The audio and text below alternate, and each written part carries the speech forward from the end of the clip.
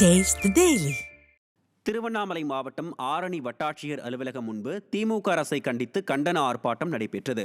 கட்சி சார்பற்ற தமிழக விவசாய சங்கத்தின் சார்பில் நடைபெற்ற இந்த ஆர்ப்பாட்டத்தில் உணவு பாதுகாப்புத்துறையினர் குளிர்பான கார்ப்பரேட் நிறுவனங்களுக்கு ஆதரவாக செயல்படுவதாகவும் தர்பூசணி மற்றும் மாம்பழத்திற்கு எதிராக பொய்யான தகவல்களை பரப்புவதாகவும் குற்றம் சாட்டினர்.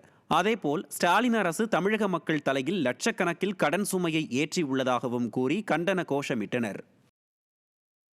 தமிழக மக்கள் ஒவ்வொருத்தர் தலையிலும் 1 லட்சம் ரூபாய் கடன் இருக்கிற சராசரியாக தமிழக அரசு பொருளாதார வளர்ச்சி 9.6% என்று சொல்லக்கூடிய நிலையில் வேளாண் வளர்ச்சி என்பது மைனஸில் போகுது.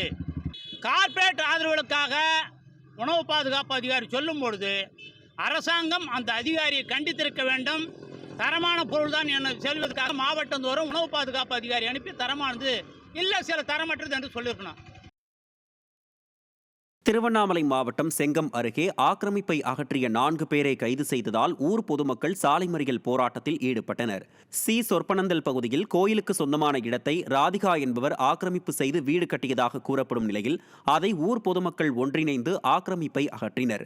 இதுகுறித்து ராதிகா புகார் அளித்ததன் பேரில் ஏவல்துறை 15 பேர் மீது வழக்கு பதிவு செய்து 4 பேரை கைது செய்தது.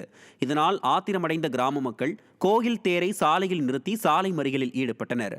திறனற்ற திமுக அரசின் காவல்துறையினர் ஏவல் துறையாக செயல்படுவதாக பொதுமக்கள் குற்றம் சாட்டியுள்ளனர். புகழ்பெற்ற தஞ்சை பெரிய கோயிலின் படிக்கட்டில் தமிழ் புத்தாண்டு தினத்தில் பெண்கள் நடனமாடி ரீல்ஸ் பதிவு செய்து வீடியோ வெளியிட்டது கடும் விமர்சனத்தை ஏற்படுத்தியுள்ளது.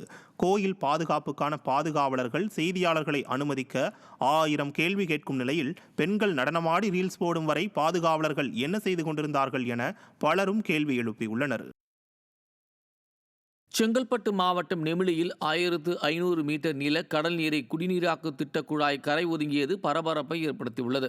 கடல் நீரை குடிநீராக்கும் திட்டத்தின் 3வது யூனிட் தயாராகி வரும் நிலையில் கடலில் பல கிலோமீட்டர் தூரத்தில் இதற்காக பயன்படுத்தப்படும் 1500 மீட்டர் நீள குடிநீர் குழாய்கள் கடல் சீற்றத்தால் கரை ஒதுங்கியது.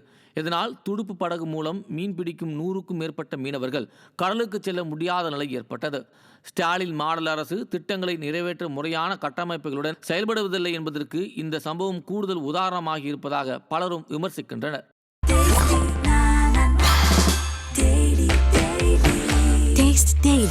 Taste the Daily.